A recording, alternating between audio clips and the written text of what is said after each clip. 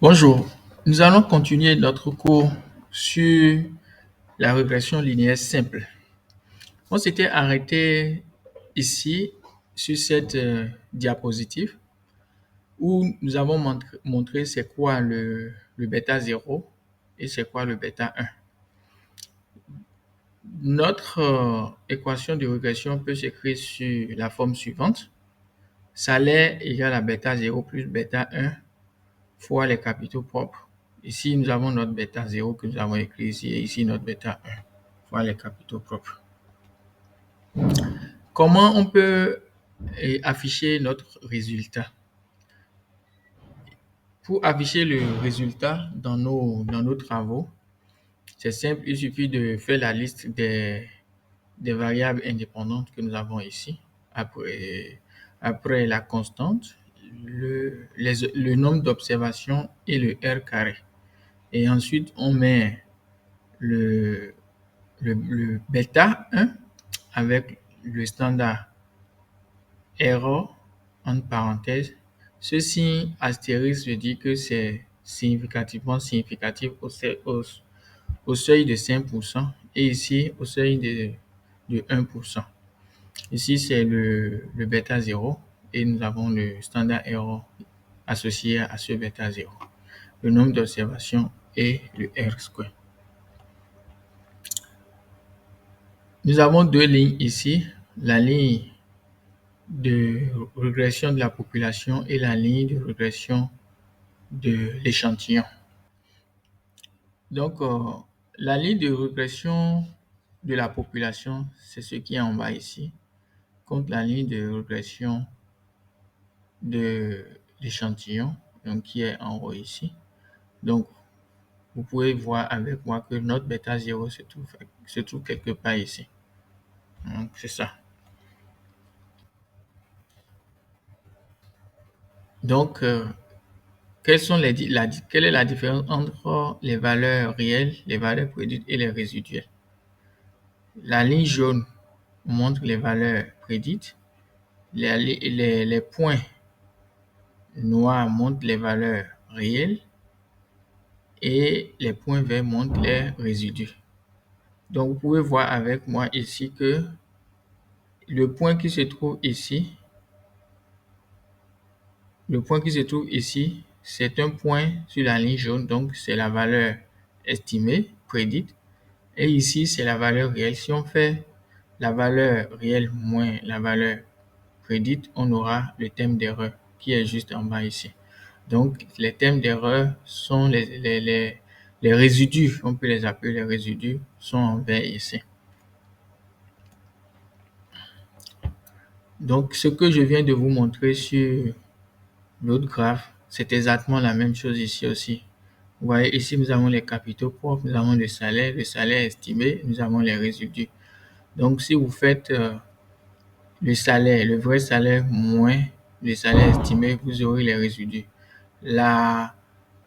L'équation qui nous a permis donc de prédire ce salaire-là, le voici ici. Cette équation se trouve ici. Si vous faites ce nombre-là, plus 18,5 fois les capitaux propres, d'office, vous allez tomber sur cette valeur-là, 1224. Et si vous faites la valeur réelle moins la valeur estimée, prédite, vous aurez notre résidu.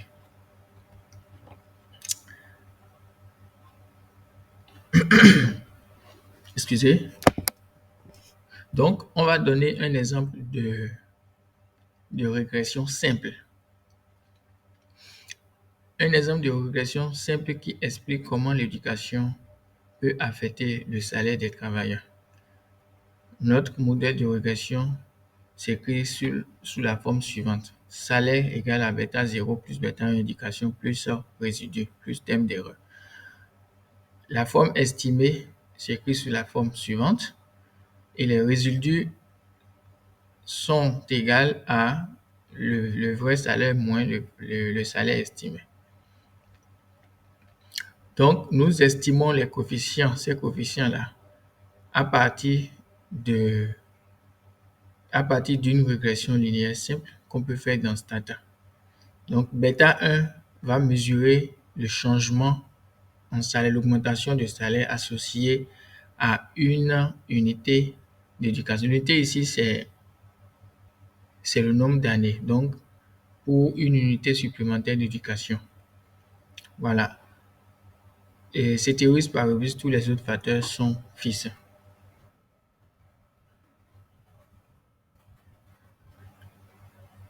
L'équation qui a été estimée est la suivante et comment nous pouvons l'interpréter.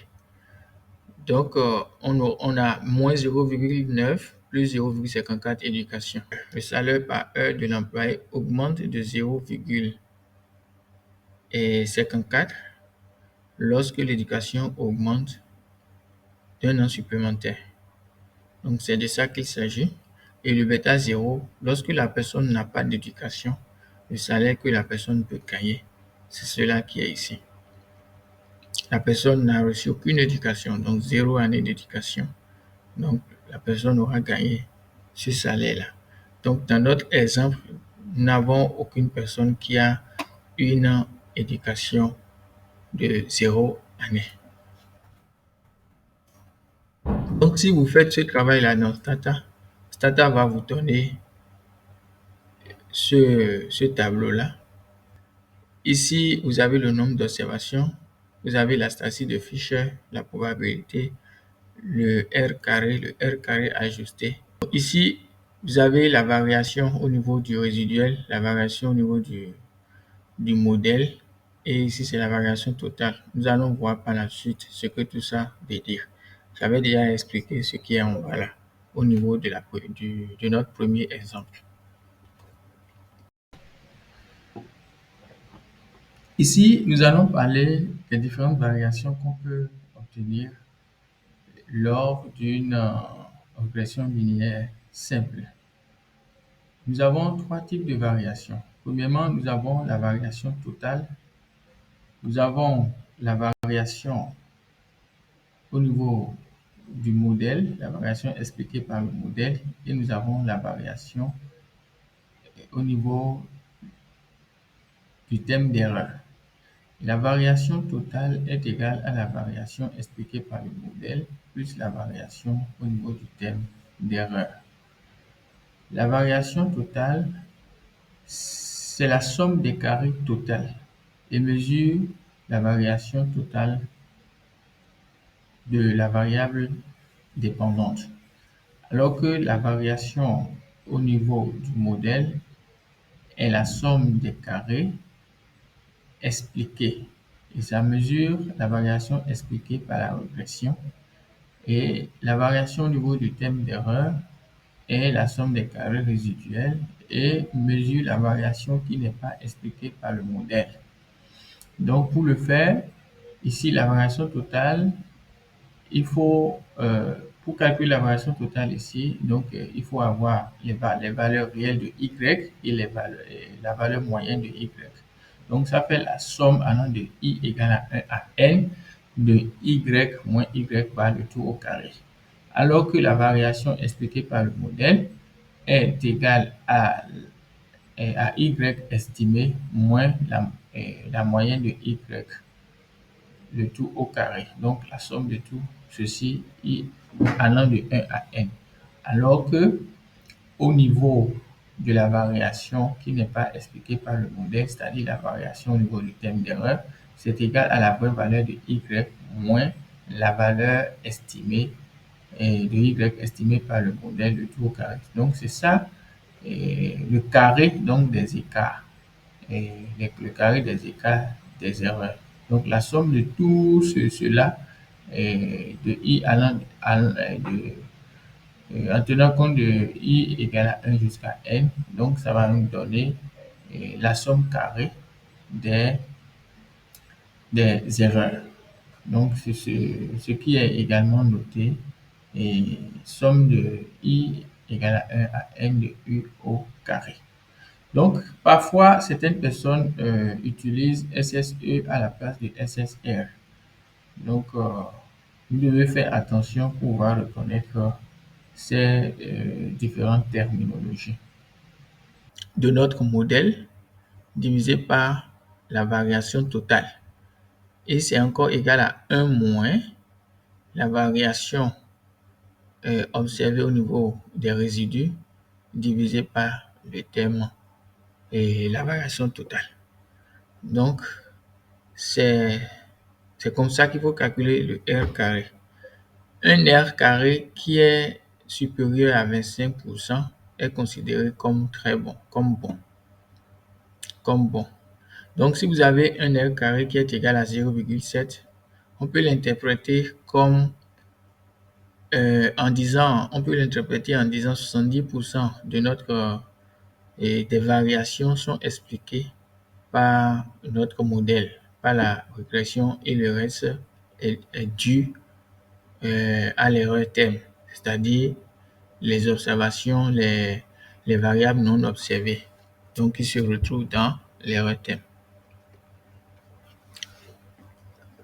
Donc, ce que nous venons d'expliquer maintenant, c'est cela ici. Donc, la variation du modèle, c'est celui-ci. Et la variation du résiduel, c'est celui-ci ici. Et la variation totale, c'est la somme des deux là qui donne la variation totale. Maintenant, nous allons parler des transformations log. On va parler des transformations log.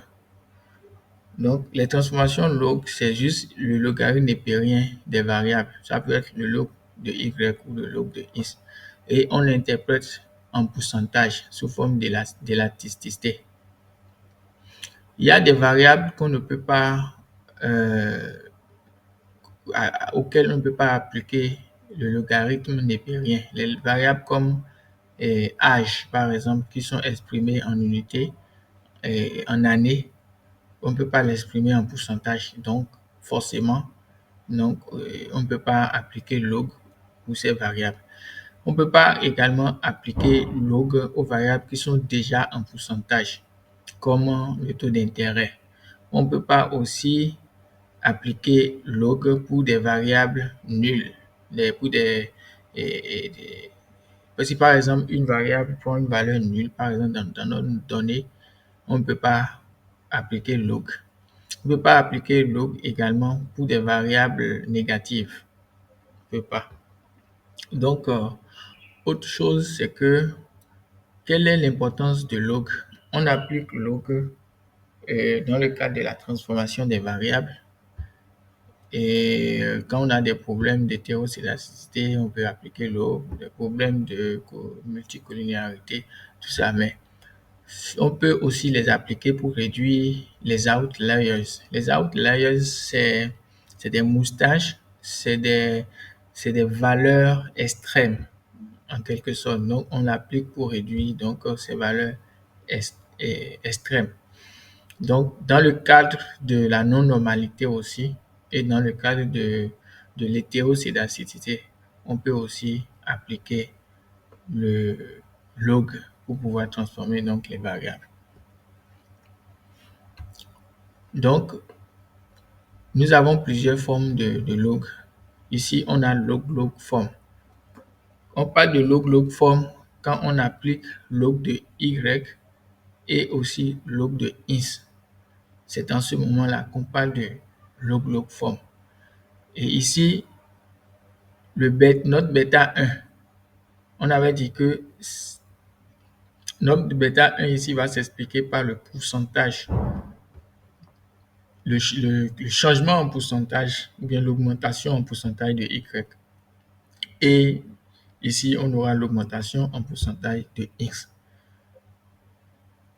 Donc, on dira que la variable dépendante qui est y augmente de bêta 1% au moment où la variable indépendante qui est x augmente de 1%. Ici, on a log linéaire form. Log linéaire form, c'est qu'on applique log à y et on laisse le x. Le x, on n'applique aucun log. On ne transforme pas le x. Donc, si on le fait, on aura notre bêta 1 qui sera égal à ceci. l'augmentation en pourcentage de Y sur l'augmentation en unité de X. Donc, si la variable, l'interprétation veut dire simplement que si la variable dépendante augmente de bêta 1 fois 100%, et la variable indépendante serait en train d'augmenter d'une unité. Par rapport à linéal log form, à Y, on n'applique pas une transformation, mais à X, on applique une transformation. Et quand on le fait, on aura celui-ci, notre bêta 1, comment l'interpréter?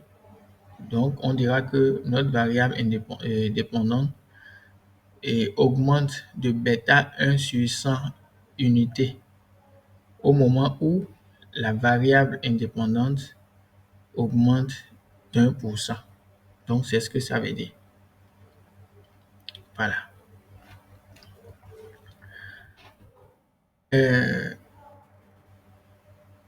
Donc, ça, c'est un exemple de données avec log. Ici, nous avons les données normales de salaire et nous avons les logs ici. Nous avons l'éducation ici. Si vous appliquez log de 3,10, vous aurez 1,13. Donc, vous pouvez voir avec moi qu'on peut avoir, on a quelques valeurs extrêmes comme 18, 11, est-ce que vous voyez, 8. Mais dans le log, toutes les valeurs sont rapprochées. Toutes les valeurs sont rapprochées. Donc, cela évite les, les valeurs extrêmes, mais également les problèmes de non-normalité, les problèmes d'hétérosédacité. Donc, nous allons comparer un modèle linéaire et un modèle log linéaire. Ici, nous avons ici le modèle linéaire. Donc, on a regressé le salaire sur l'éducation. Donc, vous voyez ici qu'il y a une grande dispersion. Il y a une grande dispersion de nos données. Nous avons beaucoup de outliers ici. Tandis que ici, là où on a appliqué log, nous avons constaté que on n'a pas beaucoup de outliers. Donc, il y a une concentration donc, de ces données-là. Donc, disons autour de la moyenne, si on peut le dire ainsi. Donc, nous n'avons pas beaucoup de outliers. Donc, ça réduit les outliers.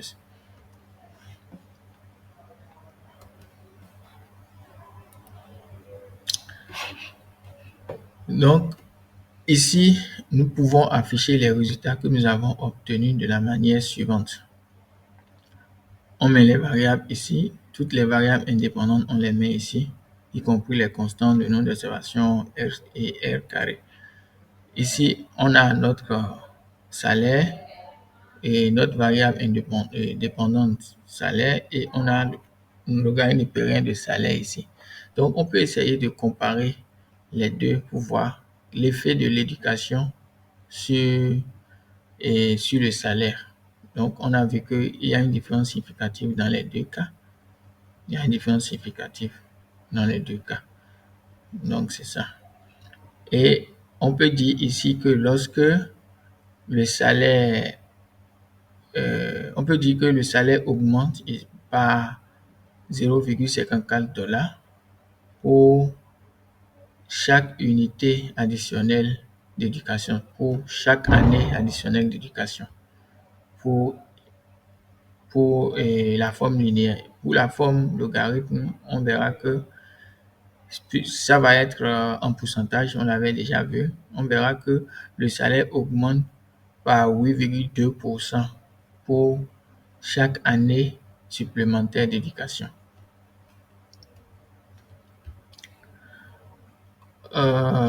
Ici, c'est aussi un exemple de données avec log. Donc, je vous laisse regarder ça. Ici, c'est le salaire. Ici, c'est log du salaire. Vous allez voir qu'il y a beaucoup de données outlier. Bon, quand on a fait le log, toutes ces données-là se sont rapprochées des uns des autres. Il en est de même pour les ventes. Quand on a fait le log des ventes, toutes ces données-là se sont rapprochées ici des uns des autres. Donc, ça permet de réduire les outliers et c'est quelque chose de très bien dans le traitement des données. Mais n'oubliez pas que l'interprétation est toujours en pourcentage quand il s'agit de log.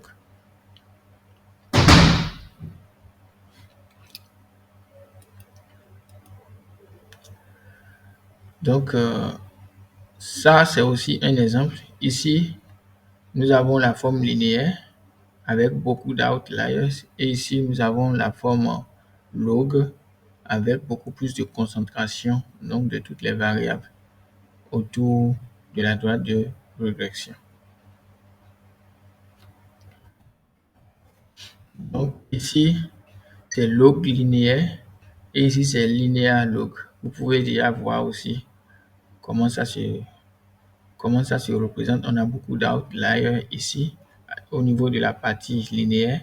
Au niveau de la partie log, c'est plus concentré. Ici, linear log form. So, au niveau de la partie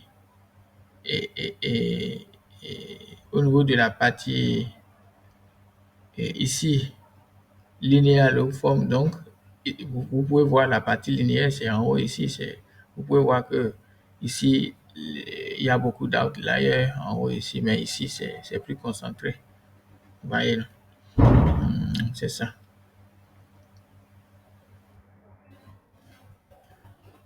Donc, comment interpréter? On avait déjà appris comment interpréter les coefficients. Donc, vous allez voir que par rapport à la forme linéaire, on va dire que le salaire augmente de 0,15 thousand dollars, milliers de dollars pour chaque euh, pour comment on va dire, pour chaque augmentation d'1 million de dollars de vente. Donc, c'est ça. Au niveau de log, il faut utiliser les pourcentages dans les deux cas. Au niveau de log linéaire, il faut utiliser de pourcentage pour la première forme log et utiliser l'unité pour la deuxième forme, l'unité 1 million dollar increase in sale. Donc, ici, linear log form. Au niveau de linear log form, on n'utilise pas de pourcentage pour Y, mais on utilise de pourcentage pour, pour X. Donc, le salaire augmente de 2,6 environ, divisé par 100. Donc, c'est ceci divisé par 100 qui donne 2,6 milliers de dollars pour 1% additionnel, 1% de vente additionnelle. Donc, c'est ça. Donc, les questions que vous devez revoir, que vous devez réviser sont les suivantes. Donc, allons-y rapidement voir les hypothèses de Gauss-Markov. Les hypothèses de Gauss-Markov. Nous avons 5 hypothèses fondamentales de Gauss-Markov. La première hypothèse, c'est que on doit voir que les paramètres sont linéaires. C'est-à-dire qu'on doit voir que les données que nous disposons nous permettent réellement d'établir une relation linéaire entre les variables explicatives, les variables explicatives et la variable à expliquer. Donc, on doit voir que les échantillons que nous avons collectés sont collectés de manière aléatoire. Et on doit aussi constater que nous n'avons pas de multicollinéarité ou de collinéarité parfaite donc, entre les variables indépendantes. Nous devons aussi voir que nous n'avons pas d'endogénéité. L'endogénéité, on parle d'endogénéité quand nous voyons que le thème d'erreur est corrélé avec une ou plusieurs variables indépendantes. C'est en ce moment-là qu'on parle d'endogénéité. Donc, on ne doit pas avoir d'endogénéité, mais on doit avoir d'exogénéité. Voilà. On parle ici d'homoscédasticité. L'homoscédasticité, c'est lorsque la variance des érythèmes est constante.